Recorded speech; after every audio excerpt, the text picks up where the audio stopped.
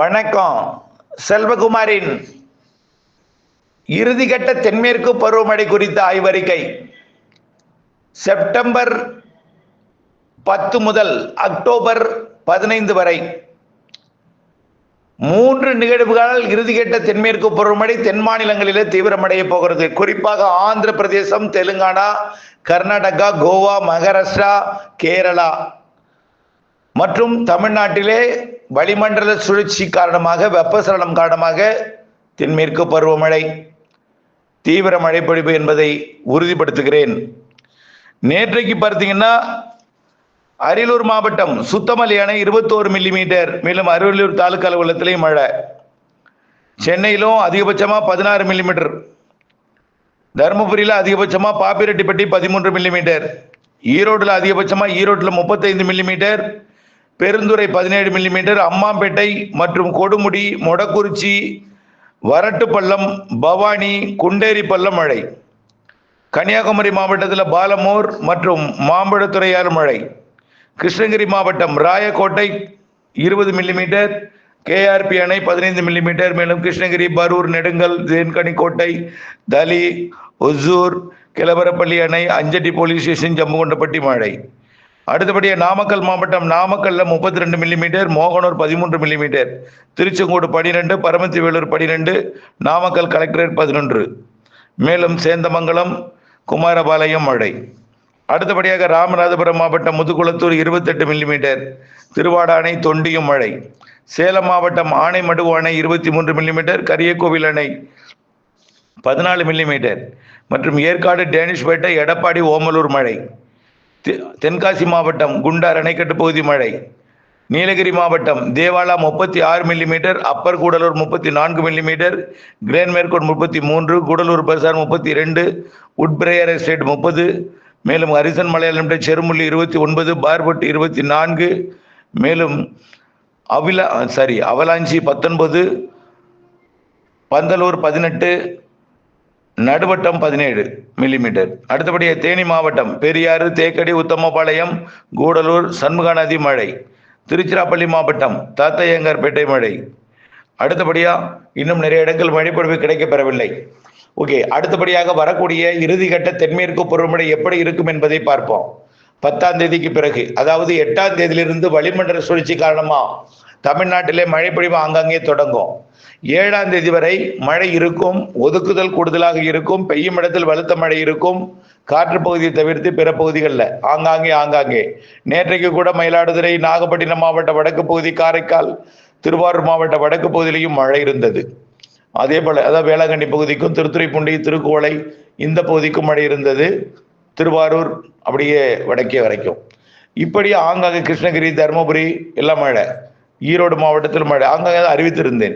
இப்படி மழைப்பொழிவு கொடுப்பது போலவே வரக்கூடிய 7ஆம் தேதி வரைக்கும் ஆங்காங்கே மழை இருந்து கொண்டிருக்கும். 8ஆம் தேதி தென் மாவட்டங்களுக்கும் கிடைக்கும். 8ஆம் தேதி தென் மாவட்டங்கள் தூத்துக்குடி, திருநெல்வேலி, கன்னியாகுமரி போன்ற மாவட்டங்களுக்கும், தென்காசி, விருதுநகர் மாவட்டத்திற்கும், திருநெல்வேலி மாவட்டத்திற்கும், மதுரைக்கும், ராமநாதபுரம் உள்ளிட்ட பகுதிகளுக்கும் கொடுக்கும், தேனிக்கலாம். அடுத்தபடி 9ஆம் தேதி 10ஆம் தேதி அப்படியே தென் மாவட்டங்களிலிருந்து கொஞ்சம் கொஞ்சமாக வடக்கு உள் மாவட்ட பகுதிகளுக்கும் மழைப்பொழிவை கொடுக்க தொடங்கினோம். 10ஆம் தேதியிலிருந்து ஆந்திர பிரதேச கரையோரம் அமைய இருக்கிற காற்றழுத்த தாழ்வு நிலை பகுதியாகி மண்டலம் வரை தீவிரமடையலாம். கண்டிப்பாக அது வரக்கூடிய 12, 13, 14, 15 தேதிகளில் ஆந்திர கரையோரம் அமைந்து மிகச்சிறப்பான மழைப்பொழிவை கொடுக்கும் 22ஆம் தேதி வரைக்கும். இது வடமேற்கு மேற்கு வெப்பநீராவி காற்றை தமிழ்நாட்டின் ஆந்திர கர்நாடக எல்லையோரம் வழியாக வடகடலோரம் வழியாக வங்கக்கடலுக்கு இருக்கும். இதனால தென் மாவட்டங்கள் வளிமண்டல சுழற்சி காரணமாக, டெல்டாவின் வளிமண்டல சுழற்சி காரணமாக மழையும், வட உள் மாவட்டங்கள், ஆந்திர கர்நாடக எல்லையோர மாவட்டங்கள், வடகடலோர மாவட்டங்களில் தென்மேற்கு பருவமழை இருகாற்று இணைவின் காரணமாகவும் இருக்கும். கேரளாவிலும் நல்ல மழைப்பொழிவு இருக்கும். மேற்கு தொடர்ச்சி மலையிலும் நல்ல மழைப்பொழிவு இருக்கும். ஆனால் 12ஆம் தேதிக்கு மேலே தான் மேற்கு தொடர்ச்சி மலையில் மழைப்பொழிவு வலுப்பெறும்.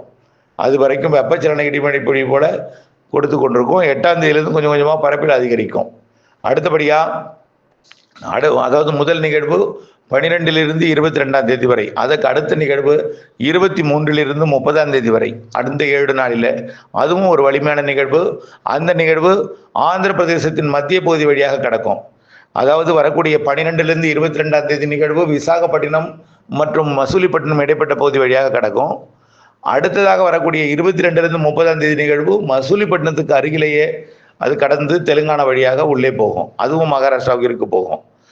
அக்டோபர் மாதம் முதல் 15 தேதியில 2 நிகழ்வு இருக்கு. ஒரு நிகழ்வு சாதாரண நிகழ்வு, ஒன்று வலுமையான நிகழ்வு. அதுவும் ஒங்கோல் உள்ளிட்ட தெற்கு ஆந்திர பகுதி வழியாக கடக்கும் என்று எதிர்பார்க்கப்படுகிறது. ஆக படிப்படியாக நிகழ்வுகள் தெற்கு நோக்கி வரும் என்பதனால தமிழ்நாட்டிலே காற்று குவிதல் கண்டிப்பாக படிப்படியாக அடுத்தடுத்த நிகழ்வுகளுக்கு அதிகரிக்கும். கண்டிப்பா காற்று குவிதல் படிப்படியாக தமிழ்நாட்டில் அடுத்தடுத்த நிகழ்வு, அதாவது வரக்கூடிய 12லிருந்து 22ஆம் தேதி நிகழ்வு மழைப்பொழிவை காட்டிலும் 22லிருந்து 30ஆம் தேதி வரக்கூடிய நிகழ்வின் மழைப்பொழிவு கூடுதலாக இருக்கும். 30ஆம் தேதிக்கு பிறகு 1ஆம் தேதி அக்டோபர் 1லிருந்து அக்டோபர் 15 வரை வரக்கூடிய நிகழ்வு இன்னும் கூடுதலாக இருக்கும். ஆக உச்சபட்ச தீவிர தென்மேற்கு பருவமழையை இறுதி அக்டோபர் 15, அதாவது அந்த நேரத்தில் பார்த்தீங்கன்னா வடகிழக்கு பருவமழை புள்ளி விவரத்தில் வந்துடும். அக்டோபர் 1லிருந்து 15 வரைக்கும் பெய்யக்கூடிய தென்மேற்கு பருவமழை. அக்டோபர் 30 வரைக்கும், செப்டம்பர் 30 வரைக்கும் தான் தென்மேற்கு பருவமழை புள்ளி விவரத்தில் இருக்கும்.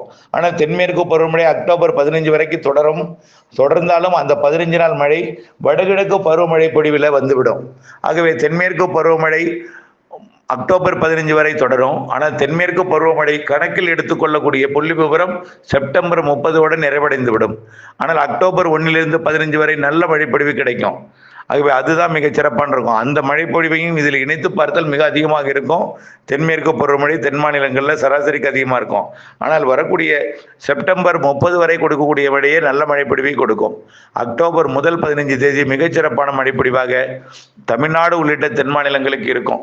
கண்டிப்பாக நிகழ்வு தெற்காந்திர பிரதேசம் வந்துட்டாலே வட ஆந்திர பிரதேசம் எல்லையோர மாவட்டங்கள், கர்நாடக எல்லையோர மாவட்டங்கள், அனைத்து வட உள் மாவட்டங்கள், வடகடலோர பகுதிகள்லாம் நல்ல மழைப்பொழிவை கண்டிப்பாக கொடுக்கும்.